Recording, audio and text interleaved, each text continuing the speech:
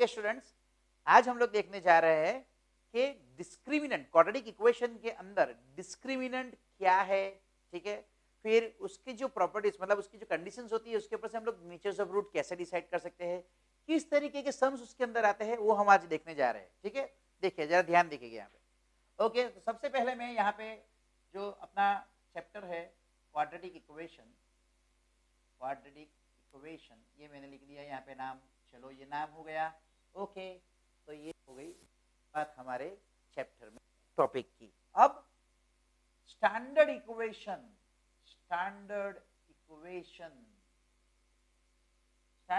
क्या है quadratic equation का? वो है ax² + bx + c = 0। अच्छा, आप लोगों ने ये भी देखा होगा ना, पोलिनोमियल के अंदर ऐसा लिखते हैं ना कि पोलिनोमियल ऐसे लिखते हैं, quadratic polynomial ax² + bx + c, है कि नहीं, है ना। तो फिर ये कब पता चलता है कि ये पोलिनोमियल है या ये इक्वेशन है ना। कभी कभी तो किसी को तो कंफ्यूजन होता ही होगा, कुछ लोगों को, सबको नहीं, कुछ लोगों को, कि भाई ये पोलिनोमियल कब बोलते हैं, इक्वेशन कब बोलते हैं।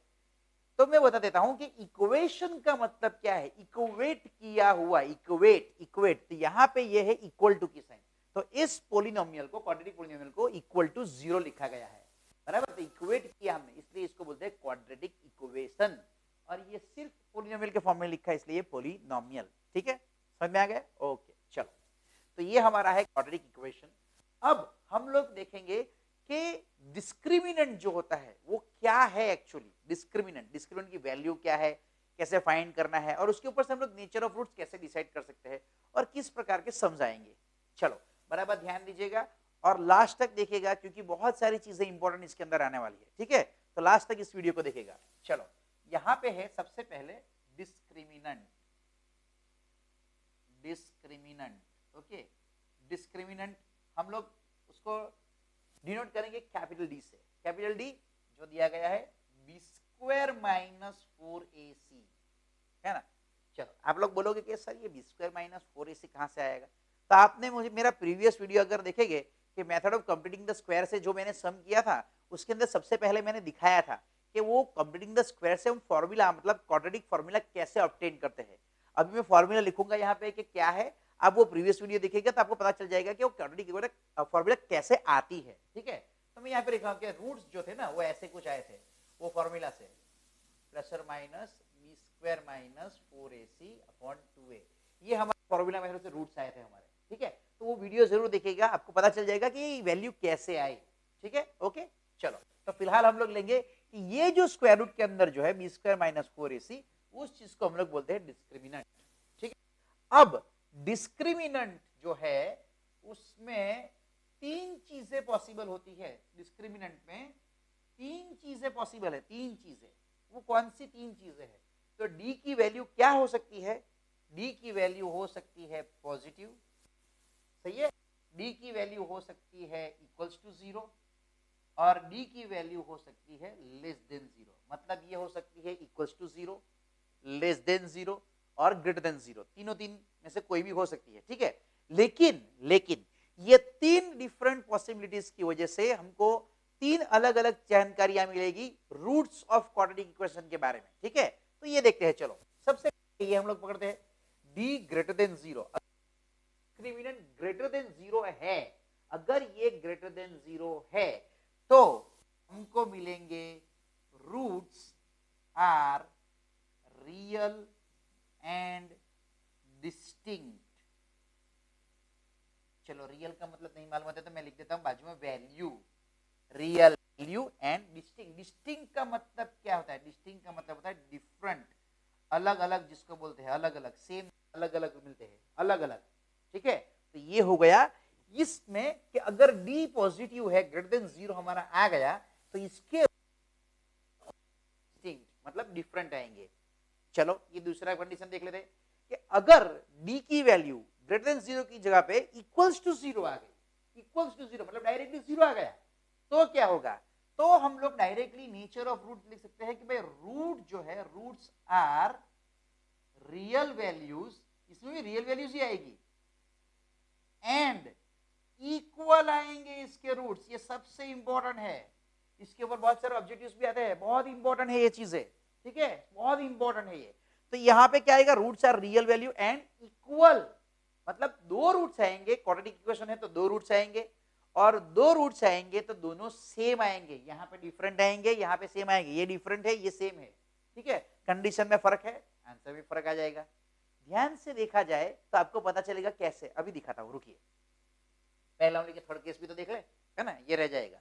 चलो, तो d लेस देन 0 है, अब ऐसा आ गया कि d नेगेटिव आ गया, d नेगेटिव आ गया तो हम लोग लिखेंगे यहाँ पे क्या आएगा, no real roots exist, no real roots exist. इसका मतलब क्या होता है मालूम है, कि हमको x की कोई भी रियल वैल्यू नहीं मिलेगी।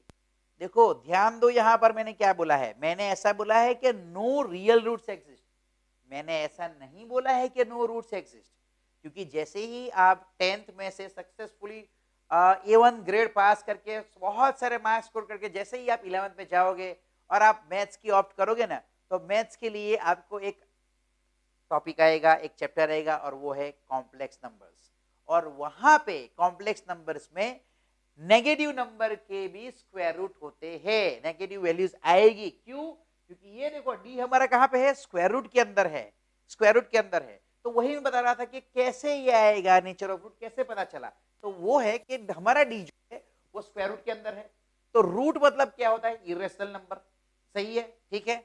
अब मान लो कि ये डी ग्रेटर देन 0 है, ग्रेटर देन 0 है, तो उसमें क्या हो सकता है, या तो ये डी परफेक्ट स्क्वायर होगा या परफेक्ट स्क्वायर नहीं होगा, ठीक है, लेकिन पॉजिटिव होगा, तो परफेक्ट का तो रूट्स के साथ निकल जाएगा और हमको कोई भी इंटीजर या रेशनल नंबर या कुछ मिल जाएगा।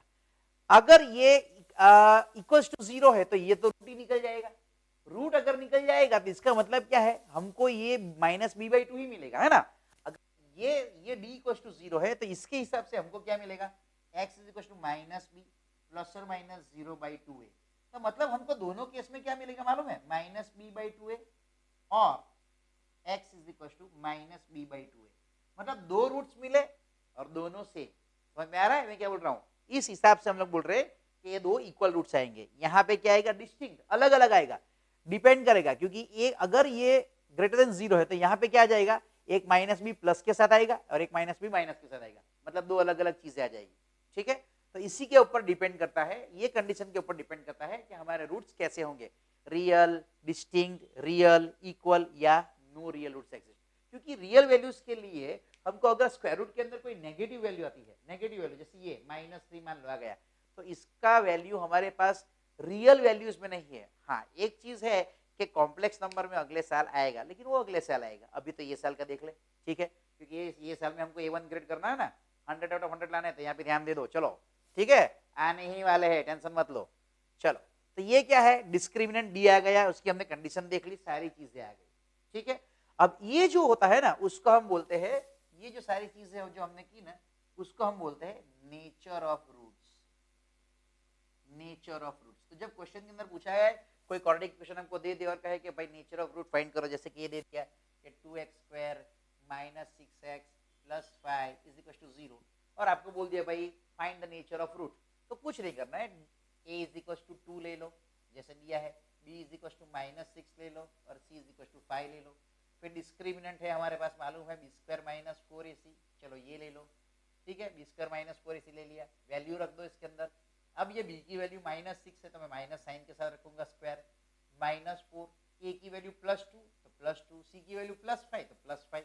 हाँ ये चीज ध्यान में रखना कि अगर c की वैल्यू माइनस है तो यहाँ पे माइनस आएगी, ठीक है, ये गलती मत कर देना यहाँ पे, ठीक है। चलो ये क्या आएगा 36 और ये हो गया 40, ओके ये हो गया 40, 5 2 10, 10 4 40, 36, ये क्या है -4 < 0।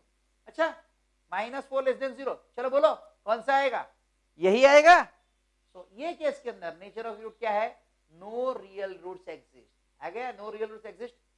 अब एक छोटा सा बदलाव अगर मैं यहाँ पे करता हूं, मान लो कि ये मैंने माइनस कर दिया, तो ये यहाँ पे आ गया माइनस, ठीक है।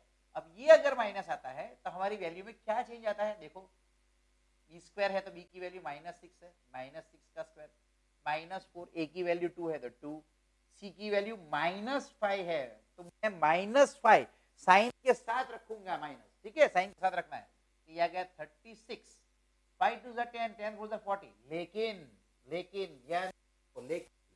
यहाँ पे क्या है, माइनस इंटू माइनस प्लस है, तो ये आ गया प्लस प्लस 40, तो ये टोटल वैल्यू हो गई 76 ग्रेटर देन 0।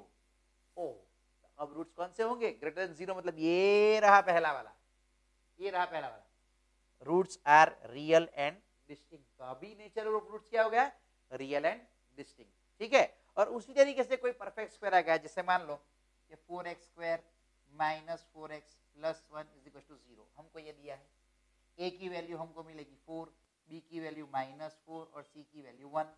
चलो फिर से डिस्क्रिमिनेंट चेक करते हैं, b is equal to B square minus 4ac, यहाँ पे आ गया माइनस 4 का स्क्वायर, क्योंकि b की वैल्यू माइनस 4 है, a की वैल्यू 4 है, तो मैं रख देता हूँ यहाँ पे 4 और c की वैल्यू 1, तो ये आ गया 16 माइनस 16, क्या आ गया 0, 0। तो ये क्या हो गया, 0 मतलब क्या होता है, roots are real values and are equal. तो बहुत सारे ऑब्जेक्टिव्स ऐसे आते हैं कि हमको एक अननोन दिया जाता है उसके अंदर और हमको बोला जाता है कि find that unknown if roots are equal. तो वो हम लोग नेक्स्ट वीडियो के अंदर देखेंगे कि रूट्स का जो नेचर होता है उसके हिसाब से सम्स कैसे आते हैं, डिस्क्रिमिनेंट के ऊपर सम्स कैसे आते हैं, वो हम नेक्स्ट वीडियो में देखेंगे। जरूर देखिएगा नेक्स्ट वीडियो, बहुत इंटरेस्टिंग रहेगा। मैं आपको बहुत सारे एग्जांपल्स अंदर अलग अलग दिखाने वाला हूं। Okay, thank you.